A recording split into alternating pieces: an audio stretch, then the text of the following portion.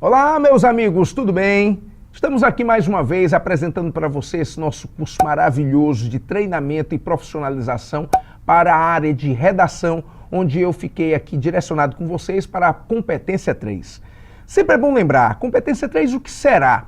Será a competência para analisar esse estilo que foi escolhido principalmente pela redação do ensino, do Exame Nacional do Ensino Médio, que é exatamente o Enem, que é a dissertação argumentativa. Então, nessa competência, nós vamos analisar a argumentação. E como eu tenho dito em alguns vídeos, argumentar é viver. Então, eu precisarei, dentro desse meu texto, dessa minha produção textual, dessa minha tese desenvolvida, fazer uma intervenção onde exista uma solução. Nós temos uma sequência de vídeos onde eu já apresentei. Você pode até mesmo voltar um pouquinho e avaliar isso. Eu apresentei a nossa condição de competência, a nossa situação de treinamento e principalmente fui apresentando os tipos de argumentos que você pode utilizar. Lembre-se, os argumentos todos podem caber em um texto. Eu tenho uma introdução que eu apresento a tese, eu tenho um desenvolvimento que eu vou argumentar, eu tenho uma conclusão que eu vou intervir, mas todos esses argumentos acabam entrando em um determinado momento do seu texto. Mas você pode ter, por uma questão pessoal, a análise melhor em um determinado tipo de argumento. Hoje eu vou apresentar para você um argumento que é um argumento que possa ser muito típico para alguns alunos, para algumas pessoas que produzem esse texto, que é o chamado argumento de comparação ou argumento de analogia. E eu queria que você, portanto, começasse esse vídeo comigo analisando o que ele será. Todo vídeo eu faço uma definição. Vamos agora a ela. Olha só. Denominamos argumento comparativo toda vez que situações ou realidades são comparadas ou confrontadas como esforço ao ponto de vista defendido. A ideia é o quê? É você, portanto, pegar elementos que possam comprovar a sua decisão.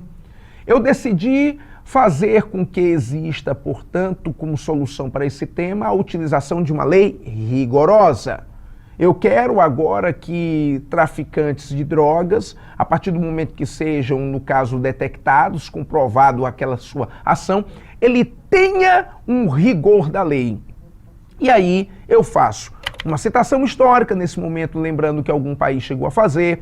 Eu faço, sem dúvida nenhuma, uma avaliação de quais consequências que possa ser utilizada e, principalmente, faço aí uma analogia de quem chegou a fazer isso. Então, notaram? Eu posso, nessa citação, nesse argumento de analogia, de comparação, fazer aqui esta análise.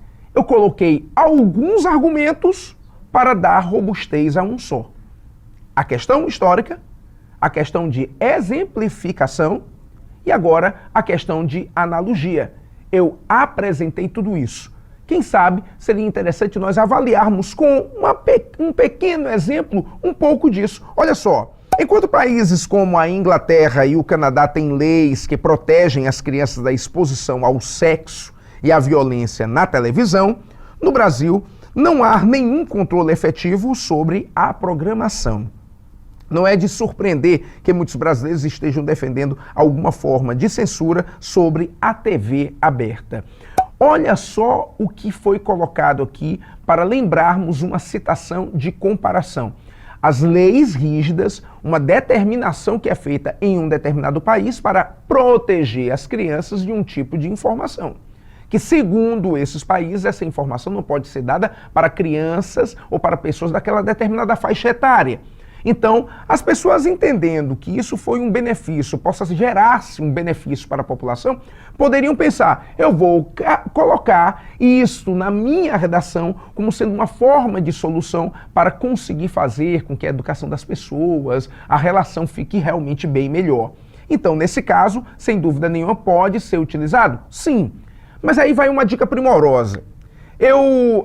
Nessas condições de exemplo, nessas condições históricas que a gente fez aqui de abordagem de argumentos, eu posso ter dito uma coisa para vocês em vídeos anteriores. Mais ou menos assim, cuidado nestas comparações. Vamos falar de história, que é mais a minha área do que redação. Na redação eu gosto de ler, eu gosto de produzir, eu gosto de pensar, mas a grande técnica pertence a vocês. Então eu vou falar um pouco de história, que é a minha área, para vocês entenderem algumas coisinhas do tipo. A Inglaterra é um país muito antigo. É um país que viveu alguns determinados períodos muito clássicos, como principalmente o período medieval. A Inglaterra se ampliou, formou um Reino Unido e nesses processos que foram muito dinâmicos, muitas lutas aconteceram, muitas revoluções aconteceram. Até acontecer uma revolução chamada de Revolução Gloriosa. Essa revolução foi a revolução que instalou na Inglaterra um sistema que ela utiliza até hoje, que é um sistema chamado de parlamentarismo. Sabe quando foi essa revolução? Foi em 1688. Olha só, 1688. Quer dizer, fazendo uma análise bem cronológica, bem direta, a Inglaterra demorou 1688 anos para conseguir um sistema ideal de governo. Entenderam? Quer dizer, quando exigem que o Brasil seja moderno, desenvolvido, que tenha uma política séria, que faça com que o nosso país tenha progresso, quem sabe vamos fazer algumas analogias, vamos fazer algumas comparações. O Brasil, isso datado de uma visão europeia, só tem 519 anos. Nós só temos, portanto, um pouco mais de 500 anos. O Brasil só tem um pouco mais de 500 anos e a Inglaterra tem quase 1.700. São mais de 1.200 anos à frente do Brasil.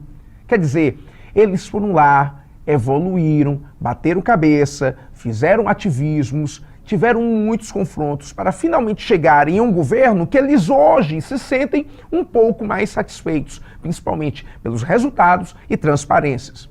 Isso quer dizer o quê? Isso quer dizer que a gente ainda vai caminhar muito. Mas vamos agora voltar para a redação. Acabou a aula de história, tá? Acabou a aula de história. Vamos voltar agora para a redação. Notar uma coisa, fazer uma comparação de determinados países é um pouco injusto. É querer dizer, no final das contas, que o Brasil precisa ter o mesmo nível de desenvolvimento de outro que tem o seu dobro de tempo, a sua experiência até mesmo dobrada. E isso, no final das contas, não é uma coisa muito justa a se fazer. Então tome cuidado com essas comparações que você possa fazer. Às vezes as comparações têm que ser feitas em um determinado nível, em uma determinada circunstância, em questões mesmo da política, em questões ali que estejam sendo desenvolvidas de uma cidade para outra, em um mesmo país. É interessante que se faça realmente isso, a utilização desse bom senso para não existir discrepâncias, entenderam? Então, quando nós avaliamos este assunto, a gente tem que ficar ligado a isso. Outra dica importante para você fazer as comparações, que é exatamente esse momento que eu fiz agora com você. Vá pela ideia das citações históricas. Às vezes, eu devo ter apresentado a vocês algumas dicas em relação a essas citações de temas. Por exemplo, a questão da Grécia, a questão de Roma, Revolução Industrial, Segunda Guerra Mundial, período colonial brasileiro, a Era Vargas, esses períodos, esses momentos históricos que são extremamente importantes, são períodos, sem dúvida nenhuma, que você possa fazer nas suas citações alguns comparativos. Né, dizer que aconteceu naquele período, e aí, mais uma vez, a exemplificação pode entrar com os prós e contras, e você começar a dar um caminho melhor à tua comparação. Então, utiliza sempre isso. Esta relação é importante, tá certo? Então, só recapitulando, eu fiz aqui uma avaliação do que seria esta comparação, essa condição. Alguns até mesmo chegam a dizer, me veio agora à memória, e é bom lembrar vocês, que essa relação de citação também pode chegar a ter um outro nome. Eu falei de comparação, eu falei de analogia, mas elas também podem ser chamadas de confronto. E realmente existe, né, um pouco desse confronto. A ideia de dizer que em um determinado momento, em uma determinada situação, existia, sem dúvida nenhuma, uma condição de vida melhor do que outra. Eu confrontei realidades. Esse confronto de realidades acaba fazendo, sem dúvida nenhuma, que exista, é claro, uma posição mais forte desse seu argumento. Então, vamos lá. Eu entendi o que seria essa comparação. Entendi os outros nomes que existem. Lhe dei a dica de não fazer comparações com realidades tão diferentes, principalmente relacionado, por exemplo, a determinados tipos de países. Entenderam? E principalmente estou fazendo aqui a inclusão de outras citações. E aí eu digo lá, a comparação de uma realidade de um país com o outro pode não ser ideal. Entenderam? Então vamos lá. Eu posso usar nessa comparação a questão histórica. Eu apresento, portanto, toda ali aquela avaliação que chega a existir para finalmente colocar um exemplo.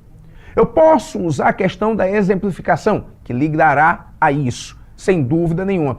E tudo isso vai garantir o meu bom senso ligado a isso. E ligar, acima de tudo, a um ponto de vista mais fechado a essa condição. Então, essa condição de exemplificação, você vai ver exatamente em alguns textos. Para você ter uma ideia, eu vou ler um outro texto ligado a essa questão de exemplificação. Olha só. A quebra de sigilo nas provas do Enem 2009, denunciada pela imprensa, nos faz indagar quem seriam os responsáveis. O sigilo de uma prova do Enem deve pertencer ao âmbito das autoridades educacionais e não da imprensa. Assim como a imprensa é responsável pelos seus próprios sigilos, as autoridades educacionais devem ser responsáveis pelo sigilo do Enem. Você notou uma coisa? Notou que eu fiz um processo de comparação. Comparei quem vai fazer devidamente o sigilo, quem está tendo realmente um êxito para fazer esse sigilo, no mesmo nível. Eu estou no mesmo país, falando sobre a prova do Enem, falando que quem deveria ter esse processo de controle plenamente seria a própria condição do Enem, a própria instituição que desenvolve o Enem, e não se deixar, em momento algum, uma outra instituição entrar. Eu faço uma comparação com os órgãos de informação, a imprensa de uma maneira geral. Quer dizer, como este autor desse texto, ele foi feliz porque ele não fez um processo de comparação de coisas muito discrepantes. Mas assim, não é que a dica seja, não faça essa comparação. Um país é muito diferente do outro. Você pode fazer uma comparação com países que possam ter o mesmo nível. Concorde comigo que países em desenvolvimento entrariam muitos. Como, por exemplo, vamos falar de Brasil comparado a outros países. Países ligados à América do Sul. Países que estão em desenvolvimento como a Argentina, países em desenvolvimento como o Chile. Tudo bem que alguns até mesmo estão com situações de setores melhores até que nosso país, mas você pode fazer algumas dessas comparações. Mas quando você pega Estados Unidos, Canadá, França, Inglaterra, a Alemanha, quem sabe até fazer alguns comparativos em setores produtivos com a China. A China, ela hoje em dia é uma das maiores economias do mundo. Perde em algumas situações na sua sociedade. A China ainda tem muitos desvalidos, muitos miseráveis. Situação de vulnerabilidade é o que não falta no Brasil. Mas cuidado, quando eu falo de China, eu falo de uma cultura muito antiga, muito primorosa, muito além do que o Brasil é. Então, quem sabe pegar alguns países que possam ter aquele mesmo nível para fazer essas comparações e não com tanta discrepância como havia dito. Entenderam? E aí, realmente, carregue nessas citações. Então, no mesmo processo, no mesmo momento de desenvolvimento, eu consegui utilizar basicamente 3 tipos de argumentos. Recapitulando, argumento de história, argumento histórico, argumento de exemplificação e argumento comparativo ou de confronto ou de analogia. Entenderam, meninos? Então, neste caso, este tipo de argumento é muito utilizado. É muito interessante. Tem que ter estes cuidados, tá certo? Mas o seu ponto de vista tem que ser defendido de qualquer maneira. Vamos dizer que você chegue para mim e diz assim, mas poxa, eu escolhi um outro tipo de argumento. Eu precisarei utilizar ainda esse de exemplificação? Não. Tudo é uma questão de pessoalidade, tudo é uma situação da pessoalidade daquele candidato. Quando eu digo para você dar essa dica, eu estou dando a você volumes de informação para passar para o seu aluno, para passar para o candidato.